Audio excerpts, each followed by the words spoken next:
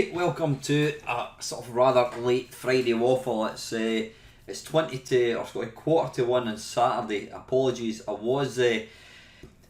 don't really get a chance to do a waffle on a Friday. I mean, it's quite a rare thing when I do it on a Friday. I'll usually record it on the Thursday, but I was absolutely knackered on Thursday, and so I just, I was in bed early. I mean, I was in bed for about 11 o'clock, which is early for me. So that was a kind of missed night, and then I said I couldn't do it last night, so I thought I better get it done today. So anyway, welcome. How are you all? I hope you're all doing well. Weather-wise, it's not bad. I was out for a run this morning. Really nice, quite warm. So yeah, all is good. I've had a mega busy week at work, and I've only got 2 days to go until. In fact, you know what? I don't even think I've not actually even mentioned this. I might have mentioned it briefly, but I've gone and got myself a new job. Now, if you're a regular at the channel, you probably do know that I left a job that I'd been in for about 20 odd years. I left that in November to start a new job, which sounded great. It really did, and I was really super excited about starting it, and it was awful. Absolutely awful, for all sorts of reasons, which I'm not going to go into on YouTube. But it was a terrible experience, and as luck would have it, we lost the contract, which meant I was out of a job. So I was basically unemployed, and I was actually delighted because it meant that I didn't have to go back to this job because it was a horrible place. But anyway, the day I found out I was jobless, I got offered a job to go back to my old company, which I've been doing now since the middle of April. And I've got to say, I've really enjoyed my time being back. It's like kind of going back to old friends. Been really nice, been mega busy, but my customers or my clients have been really nice. The areas, the job centres that I look after have been really good. So really enjoying it, but the bottom line is it's only temporary. Basically covering a guy long-term sick, so I always knew that it could potentially come to an end at any time. Now, I had applied for quite a few jobs at the turn of the year, had a few interviews, didn't get anything. The problem was COVID kicked in, and that just kind of the recruitment market just kind of stopped stone dead. So I didn't really hear anything, and then about 3-4 weeks ago I had an email offer me an interview. It was one of these interviews. It's quite funny because I was doing it just like I was actually sitting in the same place as I am just now, and the girl actually said, "Oh, is it there? I know what that is, Donkey Kong." So I was getting interviewed and she spotted Donkey Kong in the background. But anyway, cut a long story short, I had a first interview. They got me back for a second one, and then they made me a job offer a couple of weeks ago. So really excited about starting. I start on the 29th of July. So I'm working Monday, Tuesday next week, and then I'm on holiday the rest of the next week, and then Monday, Tuesday the following week. So yeah, it's all good. But I will be sad. I will be sad to leave my current job because, like I say, it's been great. You've heard that, what do you call it, grass isn't always greener, and it's true. I left a job thinking, this other job's going to be great, and it turns out it was an awful job. So I'm hoping this new one's going to be good. Surely I can't be that unlucky and have 2 bad jobs. I don't think it's going to be like that. So anyway, that's that. So listen, I'm going out shortly, so it is going to be a short video. I'll try and go half an hour probably, whatever. I'm not going to go talking about any games or anything or what I've been up to this week. I just really want to kind of touch on the live stream that's planned for next Sunday. Now, this came about because one of the guys, I think it was Mappy24, mentioned in my Discord channel about why don't you do a 12-hour charity China miner. And I thought, you know what, you guys give me some money for charity and I'll do it. And here we are. It's happening next Sunday. Now the plan is Panther UK, he's going to kind of be the facilitator, the presenter, whatever, the master of ceremonies, call it whatever you want. He's going to be kind of in the stream probably most of it. You're going to see him and I, little screenshots. You'll see our faces for the whole 12 hours. I know if that's not enough to not make you want to watch it, then I don't know what is. But yeah, he's going to be there, kind of supervising what's going on. Like I say, kind of facilitating it. Obviously, it's a live stream. It is for charity, and we don't want any dickheads basically. So any trolls he'll take care of. Pretty quick. I'm going to be playing various games. I've not quite figured out what I'm going to do. What I might do is I might put up a column. I might put up a thing in the... In fact, you know what to do?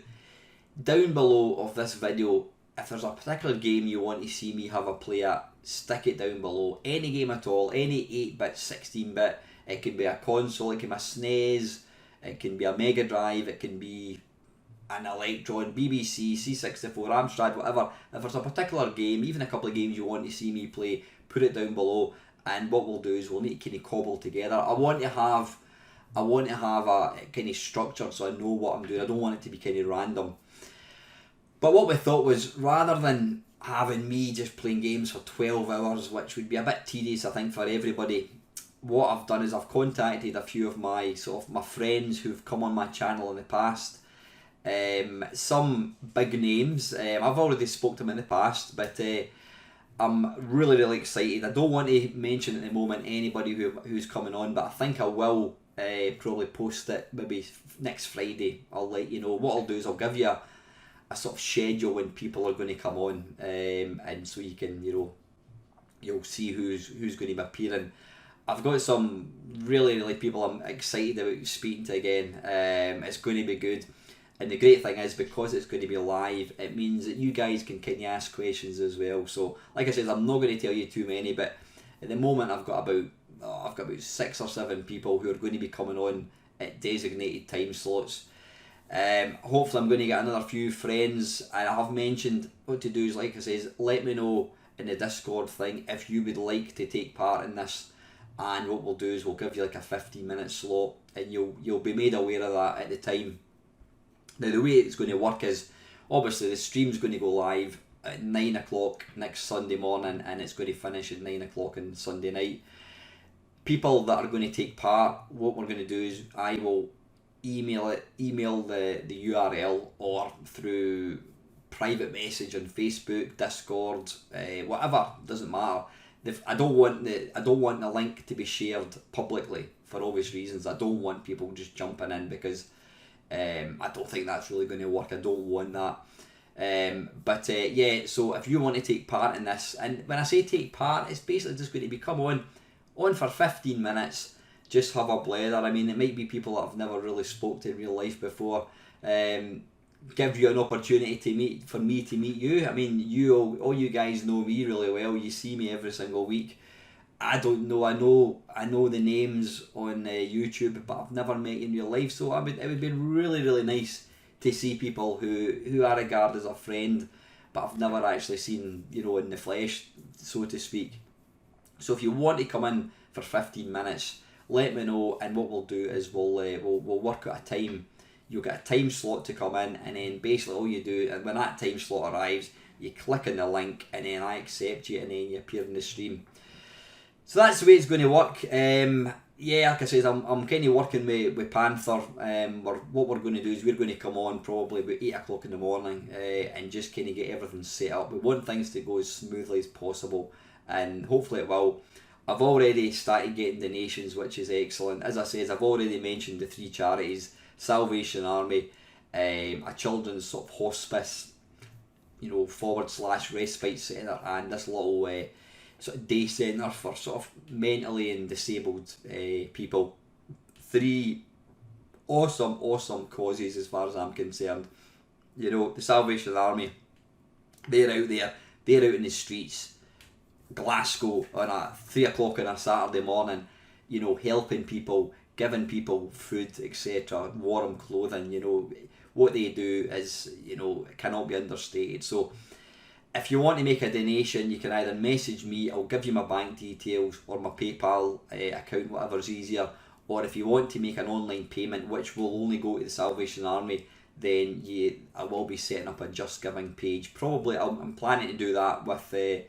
I'm planning to get my girlfriend to give me a hand with that. I'll probably do that tomorrow and get it posted out. So if you want to donate to the Salvation Army, you can do it online. If you do it through Just Giving, you've got the chance to give... I was going to say Action Aid, you've got a chance to give Gift Aid, which means I think they get an extra 20% as well, which is really good. But if you want to donate to one of the other two causes which I've mentioned, you would have to give the money to me directly, and then what I'll do is once it's all finished, I'll just divvy up the cash that I have got. I'm just going to half, and I'll give X amount to each charity. I might try and get a very, very short little video made, or at very minimum a photograph of me handing the money over. But I can honestly, you know me well enough now, guys, every single penny that I get is going to charity. I'm not keeping anything for myself, obviously, you know. So it's a really good cause, and I think I'm really super excited about doing it. I think it's going to be really good fun. It's going to be a tiring day, I think, but I would really appreciate everybody if you could come in, tune in, watch as often as you can, comment, you know, if you want to get involved, if you want to appear, and trust me, there's some really good guests coming up as well, and that will be your opportunity to kind of ask questions as well. So that is it. That's the Main Meister 12-hour live stream. That's going to be kicking off next Sunday, 9 o'clock to 9 o'clock. So, right, listen, I've been on for 10 minutes. I'm just going to barren with some questions because, like I said, I've got stuff to do and I really need to kind of crack on. So, let's have a wee look. From last week, hi, this is from Batman. Hi, mate. I've had a crazy few weeks with one of my jobs being hyper busy and the other finally opening up to the general public after the lockdown. So, I've been a bit patchy with the questions recently, though I've at least been able to catch the waffles mercifully. Good stuff. I have been interested in your thoughts and views on VR. I haven't taken the plunge myself, but as I am very interested in World War II, I couldn't help noticing the VR simulation of a 1943 bombing raid over Berlin. Oh really? I've not seen that back. This looks absolutely amazing. Probably not so much a game as an experience. Have you seen it? If so, what are your thoughts? I wasn't even aware of that back, but you know what? I've got the VR sitting there. I will 100% go and check it out and I'll let you know. Some of these experience things are wonderful. I mean, there's one that I've got, it's Anne Frank, you know, who was, she was a Jew living during the Second World War, and I think she went to Belsen and eventually died. And there's a sort of an Anne Frank experience type thing, and you're like in her house and she's talking, and it's so immersive. It's unbelievable. You wouldn't believe how you feel you're in the place. It's incredible. So I'm going to go and check that out back. So thanks for letting me make me aware of it. I'd love to see a VR game where you're a member of a bomber crew and have to participate in an air raid. You have full control of the crew. The objective is to update the mission and return to the base safely. But if you get shot down, you're then in an open world environment where you have to somehow evade capture behind enemy lines and get back to your country by any means necessary. Capture results and incarceration. Yeah, that's actually really good. What kind of VR experiences would you like to see going forwards? That's something I've never really thought about. One thing I would like to see is just, I would like it if they could come up with some experiences that you could just, you know, I don't know, like you're in a forest, and you can just, you know, you're in a real life forest with animals, bird song, you can pick up stones, you can maybe make a fire, whatever, just something that you can actually get involved in. And I think that would also be really important to somebody who's maybe disabled, somebody who's maybe paralysed, is unable to leave the house, or maybe in hospital constantly, to give them a kind of flavour of what it would be like to be outside. I know it wouldn't be as good, obviously, but it's something like that. Trying to think of anything else. Has there ever been a VR sort of game or sequence where you're like in a space shuttle and you're on the moon? You've got to kind of come out and maybe, you know, repair things. I think that would be pretty good. There was one that I got, and it was for the PlayStation VR, and to be honest, I was disappointed with it. And it's the Titanic. You're inside the Titanic, and it was good. But I don't know. It felt kind of lacking. Another one, in fact, the one I was meant to actually see rather than the Titanic was Everest. You know, I've got this fascination with Mount Everest. It's not a place I would love to go there. I mean, I would love to climb Mount Everest, but it's never going to happen. I don't want to die, basically, and you know, I think there's something like a 50% chance you don't come back. And there was a VR experience came out. It was on the PlayStation 4, and it just felt very clunky. Rather than actually climbing, you were just kind of moving. You could sort of like transport from like area to area. Maybe I've not done it properly, but it kind of was a wee bit disappointing. But yeah, I think experiences like that where you would never ever really be able to do it in real life, like I said, going to the moon, I don't know, maybe diving for sharks, you're diving underwater, you're swimming underwater. I mean, I know there's these experiences where you get attacked by a shark, but I'm talking about the actual deep sea thing where you can swim about, whatever. That would be quite nice. There possibly is things like that. If anybody knows of any, please let me know. But anyway, thanks for your question, mate. Colin Jones, I'm really looking forward to the upcoming live stream. Even set up a StreamYard account just in case. Good stuff, Colin.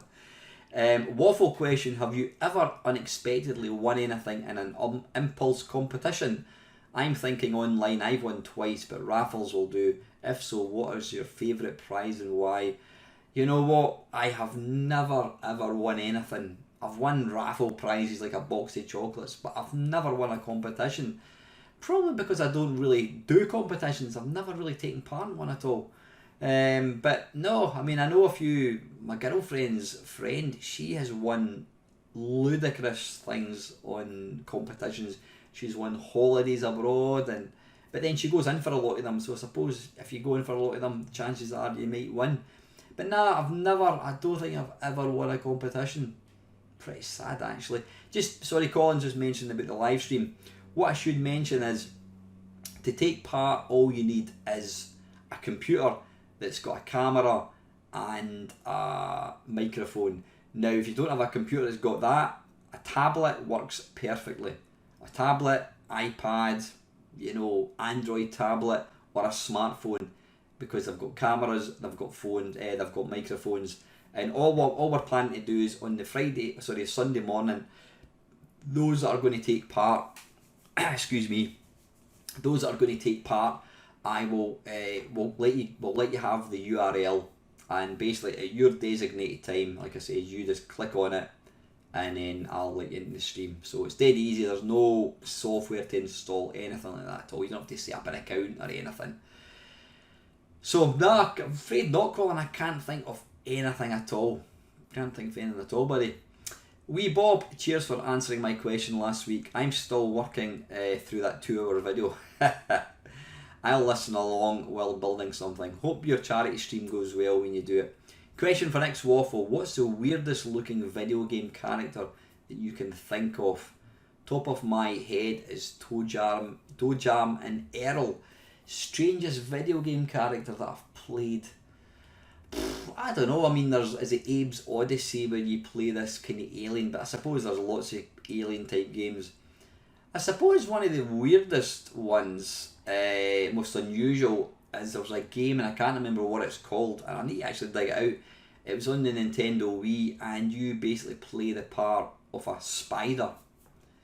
You play a part of a spider, and you've basically got to kill different animals, and it's actually quite good. You're fighting, snakes and God knows what else, and I think you can kind of level up, but that was really good. Is it something creatures? I can't remember what it's called. The other one I like, and again it's pretty hard, is Jaws. It's not based on the film at all, it's obviously named after the film, but you basically play the part of Jaws. Being able to play the part of the most famous white shark in the world and eat people, it's brilliant fun. I think it came out on the Xbox original and the PlayStation 2. Yeah, PlayStation 2. Apart from that, I can't think of anybody or anything else. No, that's probably about the two kind of weirdest ones, Bob. But anyway, thanks for your question, mate. And Ian Hunter, hi Alan, hope all is well north of the wall. A question for the Waffle, would you ever consider selling any of your retro consoles to help fund one of the latest generation machines? If so, what would be the first to go? I've done that before, Ian. I have sold stuff to fund stuff. Now, a couple of times I've sold stuff and I've regretted it.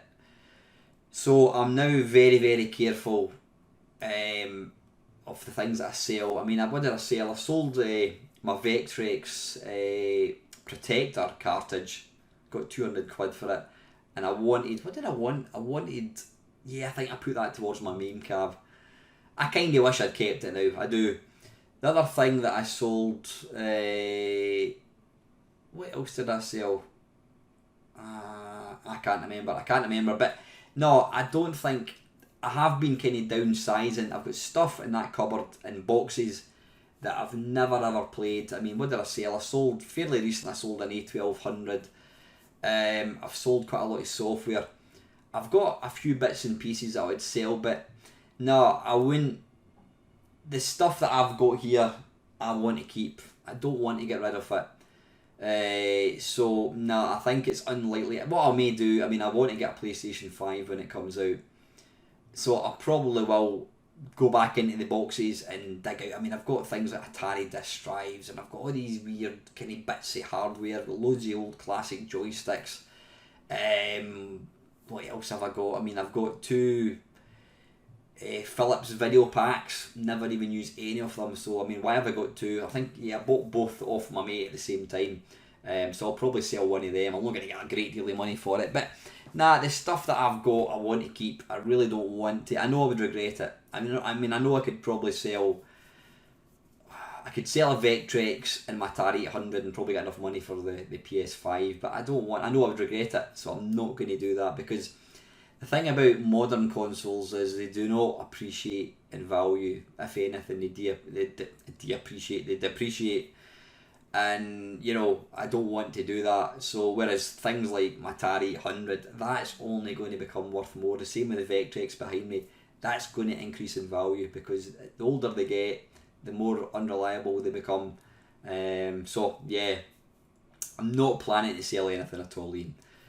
And Mr. David Connolly, hey, just to say I appreciate the content. Thanks very much, David, and it's great to have you along, buddy.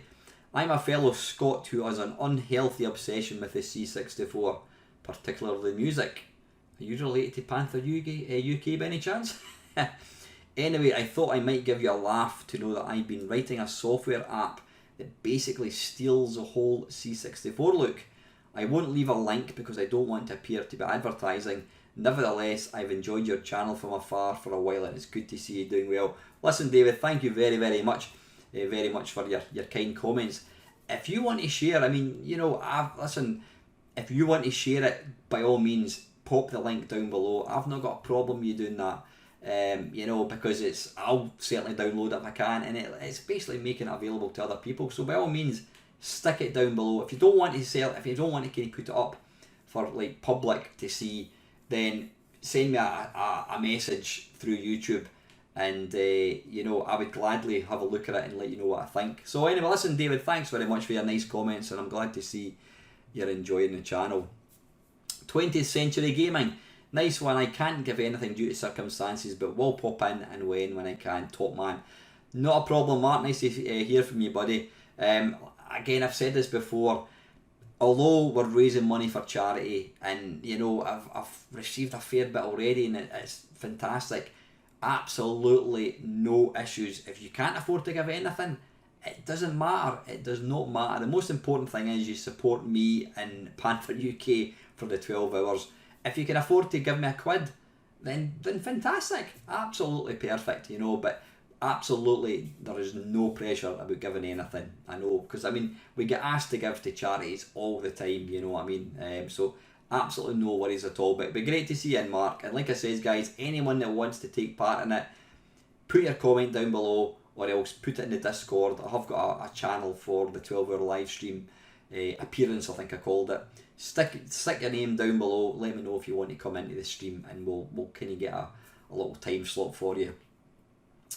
Panther UK, Top Waffling Main Meister. The VIC 20 is a limited edition. It's going to be called the VIC 20 for 2020. So yeah, it will be the same price as the C64, but it is really designed as one for collectors. I foresee this year's Christmas present from the missus. I was kind of thinking about, should I buy one? You know what, I probably will. I probably will end up buying one. Am I right in thinking, Chris, that it will be available that you can just order on Amazon? You know what, I probably will buy one. Because I think it's maybe something that it's not going to become worthless, I wouldn't think. But you know me, I do like my machines, so I'll probably end up getting one.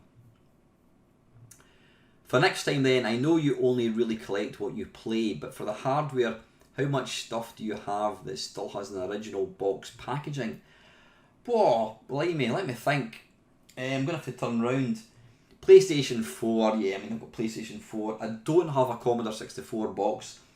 I don't have a SNES box. I do have a Neo Geo,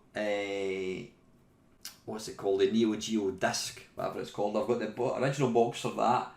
I've got the Sega Saturn box. I don't have a Dreamcast box. I've got the PC Engine Duo. Have I got a PC Engine Duo box? No, I don't think I have actually. I've got a Mega Drive box. I've got the original Sonic box. I don't have a PC Engine box. I've got the two Philips, what did I call them again? Philips video packs, or Magnavox Odysseys as they were called in America. I've got two of them boxed. I've got a MSX boxed. I've got an Atari, let me think. I've got an Atari XC130, XL130, can't remember what it's called, XC130. I've got a box for that. I've got my Sword M5 boxed. I don't have any Spectrum boxes. I've got the Spectrum Next boxed, obviously. I've got this 64 boxed. I've got other consoles. I've got an original Xbox which has never been opened. That's about 20 years old now. Got that boxed. I do have a PlayStation box, I think. And I've also got a box for both my Vectrexes. So there you go. I'm not really a box person, but you know, now I would just hang on to them just because. Anyway, next, Milfy Swinbuckle. Hello again, Mindmeister. Question for the next Friday Waffle. Which game genres do you think have improved the most over time, and which do you think have not moved on or have even gone backwards from what they used to be?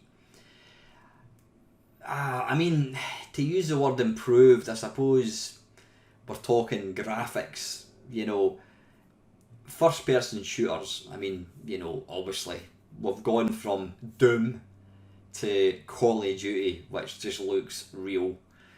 Is it a better game? Nah, I don't think so. Same with driving games. I mean, driving games have come on so much. I mean, I was playing Pit Stop on the C64 for Lacoza and my Waffle, not Waffle, Lacoza and myself, the video we put out a few weeks ago. Look at Pit Stop and compare it to like Forza Horizon 4, where it's like state of the art graphics. But are they any more fun to play? I don't think so. No, graphically wise, they've got better looking and they look astonishing, immersiveness and that kind of stuff. But is it any more fun?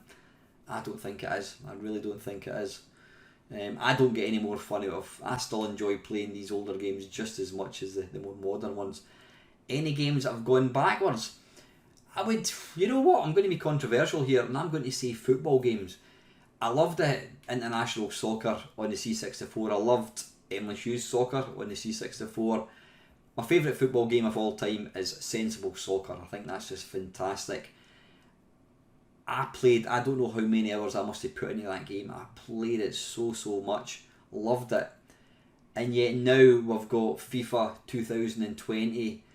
They look astonishing, but I've got no interest at all in playing them. I just think what I loved about the original football games, there was one fire button and that was it.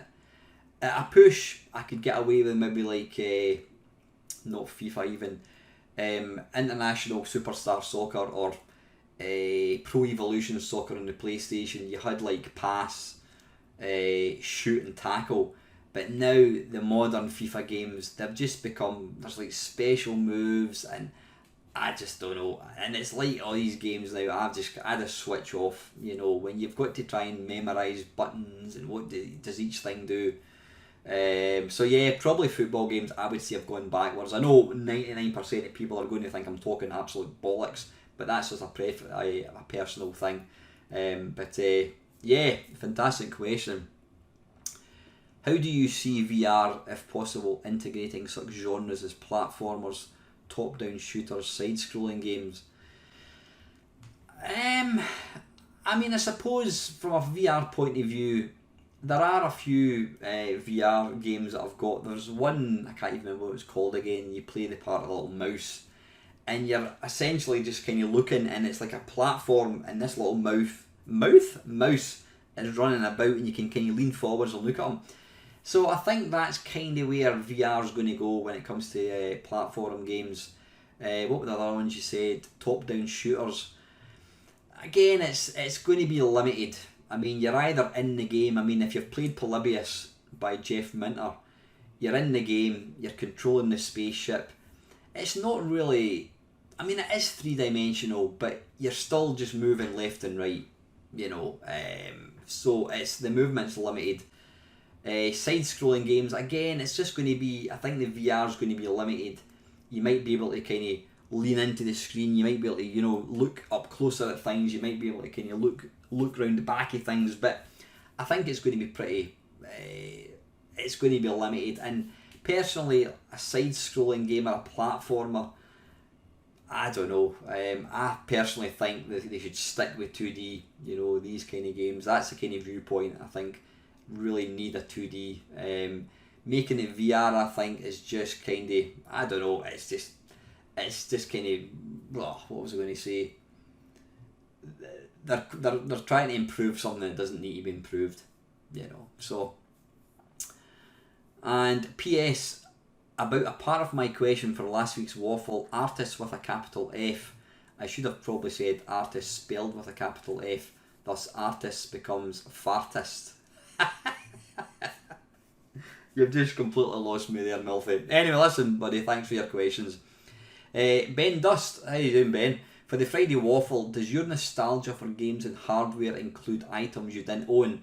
For instance, I remember a shop window with Jupiter Aces, a friend had a VIC-20, another had an Atari 2600, and we used BBC Micros at school. I didn't own any of these, but I would add them to my collection if I saw them for the right price. Absolutely, yeah. I mean, I never owned a BBC, I never owned a Spectrum, I never owned a VIC-20.